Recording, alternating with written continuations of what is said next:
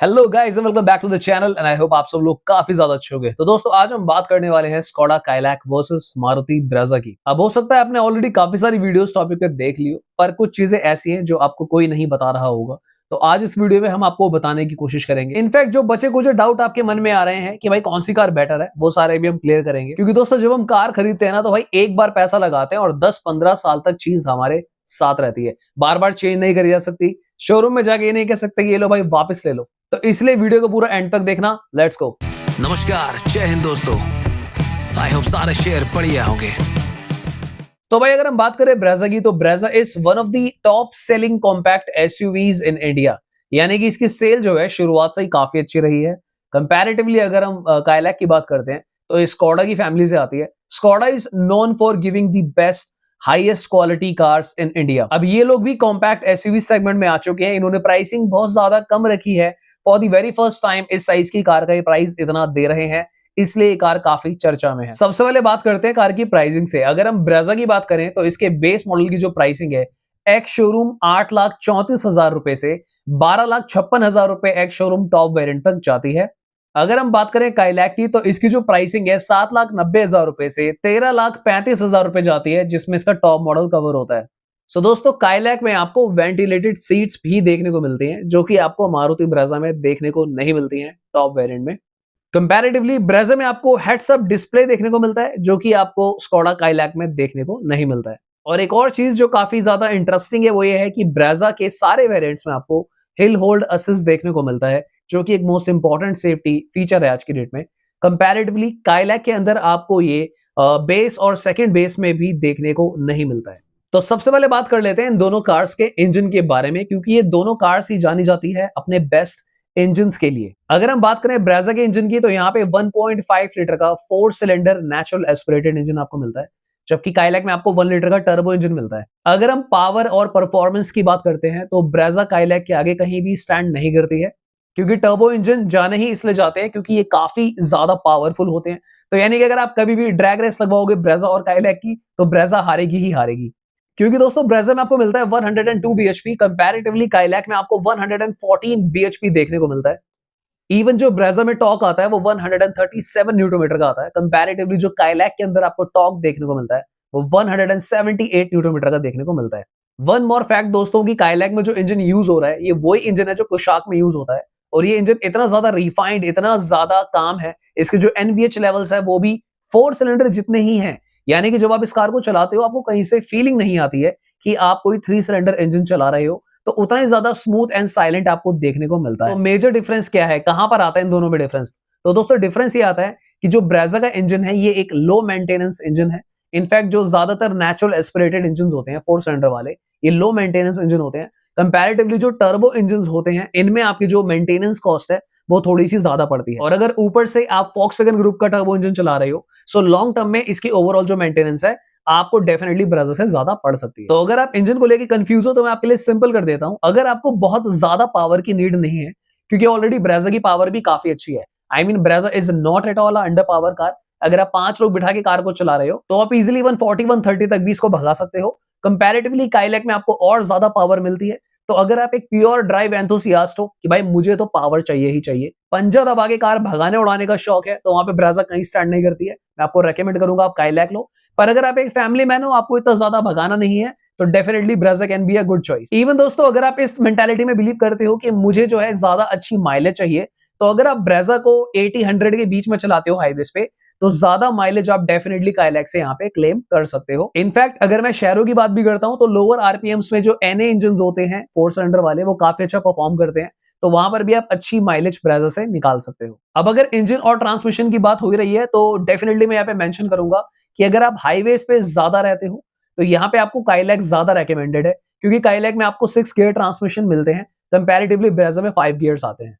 तो कहीं ना कहीं हाईवेज पे 120 के बाद आपको ना ब्रेजा में भी 6th गियर की नीड फील होने लगती है, क्योंकि हायर आरपीएम्स पे जब आप कार को रेव करते हो तो वहां पे कहीं ना आपको ऐसा लगेगा ब्रेजा चलाते हुए कि यार काश इसमें छठा गियर होता, तो इनफैक्ट इसकी माइलेज और ज्यादा अच्छी हो सकती थी। तो ओवरऑल स्टेबिलिटी और ड्राइविंग डायनामिक्स के मामले में मैं यहाँ पे काइलैक को रेकमेंड करूंगा, ना कि ब्रेजा को। कंपैरेटिवली अगर आप शहर में ज्यादा रहते हो, हाईवेज पे कम रहते हो, तो ब्रेजा उस केस में रेकमेंडेड है, क्योंकि शहर के हिसाब से काफी अच्छा ब्रेजा आपको परफॉर्मेंस निकाल के दे देगी। अब यहाँ पे इंजन से रिलेटेड ही एक और चीज आती है कि ब्रेजा में आपको सीएनजी के ऑप्शंस मिल जाते हैं।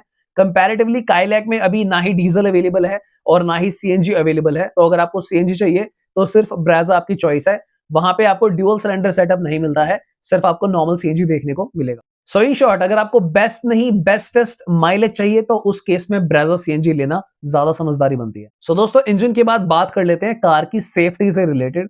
तो जैसा मैंने शुरू में ही पॉइंट आउट किया था कि काइलैक में एक प्रॉब्लम है कि आपको बेस और सेकंड बेस में हिल होल्ड जैसा फीचर नहीं मिलता। हिल होल्ड में आपको बेनिफिट ये होता है कि अगर आपकी कार जो है एक ऊंचाई पर खड़ी हुई है और आपकी कार पीछे जा रही है, तो 3-4 सेकंड के लिए वो होल्ड करके रखता है ताकि आप गियर लगा के रेस दे पाए। तो ये काफी यूजफुल फीचर हो जाता है। जैसे अगर आप हिल्स पे, पहाड़ों पे कहीं ड्राइव करते हैं या फिर मॉल की पार्किंग में आप ब्रेक लगाए खड़े हैं, तो वहां पर ये काफी हेल्पफुल होता है। कंपैरेटिवली ब्रेजा में आपको ये बेस मॉडल से ही देखने को मिल जाता है। अदर देन दैट दोस्तों, ब्रेजा से ज्यादा सेफ कार जो है वो स्कोडा काइलैक है, क्योंकि स्कोडा जानी जाती है अपनी सेफेस्ट कार को बनाने के लिए। इनके पोर्टफोलियो में मेजॉरिटी ऑफ द जो कार्स हैं वो सारी की सारी 5 स्टार कार्स हैं। अब बी एंड कैप में भी काइलैक के क्रैश टेस्ट होने की खबर आ चुकी है। काइलैक में आपको बेस मॉडल से ही 6 एयर बैग्स देखने को मिलते हैं, जो कि कंपैरेटिवली मारुति ब्रेजा में आपको सिर्फ टॉप वेरिएंट में देखने को मिलते हैं। बेस मॉडल में सिर्फ 2 एयर बैग आते हैं। बाकी traction control, ABS with EBD, vehicle stability जैसे काफी सारे फीचर्स दोनों ही कार्स के अंदर अवेलेबल है। बाकी दोस्तों, एक और चीज मैं यहाँ पे पिन पॉइंट करना चाहूंगा, जहां पे काइलैक के बेस मॉडल में हिल होल्ड नहीं है, तो ब्रेजा के बेस मॉडल में रियर हेडरेस्ट नहीं है। This is really cheap. मुझे नहीं पता यार ये कोई क्यों करेगा। आई मीन, अगर आप कार खरीदते हो तो आपकी कार के जो रियर सीट्स है वहां पे हेडरेस्ट ब्रेजा में नहीं मिलते हैं। मार्केट से खरीदने पड़ते हैं अलग से 1200-1500 रुपए के आते हैं। तो दोस्तों, फटाफट से अब कार की डायमेंशंस के बारे में बात कर लेते हैं। अगर हम कार की लेंथ के बारे में बात करें तो दोनों कार इक्वली लंबी है। अगर हम कार की विड्थ यानी कि चौड़ाई के बारे में बात करते हैं तो ब्रेजा जो है 1790 है और काइलैक 1783 है। तो दोनों कार ऑलमोस्ट सिमिलर हैं, क्योंकि मुझे नहीं लगता 7 mm से कोई फर्क पड़ता है। अगर हम कार की हाइट के बारे में बात करें तो ब्रेजा है 1685 mm और काइलैक है 1619 mm। तो यहाँ पे डेफिनेटली जो है काफी ऊंची देखने में आपको ब्रेजा लगेगी, जिसकी वजह से ना कार मस्कुलर ज्यादा लगती है और एसयूवी वाला जो वाइब है वो थोड़ा सा ज्यादा ब्रेजा ऑफर करेगी। अब अगर हम व्हील बेस की बात करते हैं, यानी कि जो आगे वाले टायर का पीछे वाले टायर से डिस्टेंस होता है, जिसकी वजह से आपका लेग रूम क्रिएट होता है, तो वो ज्यादा लेग रूम आपको स्कोडा काइलैक में मिलेगा। यहाँ पे 2566 mm का व्हील बेस है। कंपैरेटिवली ब्रेजा के अंदर जो है 2500 mm का व्हील बेस आता है। सो इन शॉर्ट, ऑलरेडी जो 3 लोग हैं अच्छे से बैठ जाते हैं ब्रेजा में, पर काइलैक के अंदर थोड़ा सा और ज्यादा खुल डुल के वो 3 लोग बैठ पाएंगे। अगर हम बात करें कार की ग्राउंड क्लियरेंस की, तो ब्रेजा में आपको 198 mm यानी कि ऑलमोस्ट 200 mm का ग्राउंड क्लियरेंस मिलता है। कंपैरेटिवली काइलैक में आपको 189 यानी कि 190 mm का ग्राउंड क्लियरेंस देखने को मिलता है। अगर हम बात करें स्टोरेज की यानी कि बूट की, तो ब्रेजा में आपको 328 लीटर का बूट स्पेस मिलता है, विच इज रियली प्रैक्टिकल। आप आराम से 5 लोग तक का सामान उसमें रख सकते हो। Comparatively Kylaq is giving you a bit more. यहाँ पे 446 लीटर का आपको बूट स्पेस मिलता है। तो मुझे लगता है भाई आप 6-7 लोगों का सामान भी काइलैक के अंदर रख सकते हो। पर क्वेश्चन ये है कि इतने लोग बैठ तो पाएंगे नहीं कार में, तो यानी कि आप अपने ही थोड़े से और कपड़े रख सकते हो। फ्यूल टैंक कैपेसिटी की बात करें तो ब्रेजा में 48 लीटर तक पेट्रोल आ सकता है और काइलैक में 45 लीटर तक का पेट्रोल आ सकता है। अब दोस्तों, यहाँ पे ना एक इंपॉर्टेंट सेफ्टी फीचर जो है काइलैक में मिसिंग है। जैसे ब्रेजा में आपको 360 कैमरा देखने को मिल जाता है, कंपैरेटिवली काइलैक में 360 कैमरा भी देखने को नहीं मिलता है। एंड अदर देन दैट कोई एक्स्ट्रा ऑप्शन उन्होंने नहीं दिया, यानी कि कोई कैमरा बेस्ड रडार होता या फिर उसके अलावा कोई और एडास सूट होता, लेवल 1 लेवल 2, ऐसा कुछ भी वहां पे आपको देखने को नहीं मिलता है। अब दोस्तों, मुझे ऐसा लगता है कि शायद में भी स्कोडा ने सोचा हो कि ऑलरेडी हम एक बिलो सेगमेंट कार बना रहे हैं, क्योंकि कुशाक के नीचे आती है काइलैक। तो मे बी शायद स्कोडा ने सोचा हो कि यार जो कार ले रहा है हमारी, तो वो हो सकता है ऑलरेडी एक प्योर ड्राइव एंथुसियास्ट हो और उसको काफी अच्छी कार चलानी आती हो, क्योंकि पावरफुल इंजन है, बढ़िया सेफ्टी है कार के अंदर। तो शायद मे बी यहाँ पे 360 कैमरा की नीड ना हो। So that can be the only point I can imagine कि शायद इन लोगों ने इसलिए 360 कैमरा नहीं डाला हो। तो फटाफट से बात कर लेते हैं कंक्लूजन की कि आपके लिए कौन सी कार बेटर। सो मुझे ऐसा लगता है दोस्तों कि जो लोग पोलो जैसी कार चला रहे थे या किसी ने फोर्ड फिगो टाइप कार चलाई हो और वो इस तरीके की बिल्ड क्वालिटी वाली कार ढूंढ रहे हो या फिर एक अमेजिंग इंजन ढूंढ रहे हो, तो उनके लिए definitely Kylaq can be a better choice. क्योंकि आप लोग काफी फेमिलियर हो गए ऑलरेडी कि भाई कैसे एक्सपेंसेस रहते हैं मेंटेनेंस सर्विस वगैरह के इन ब्रांड्स के अंदर।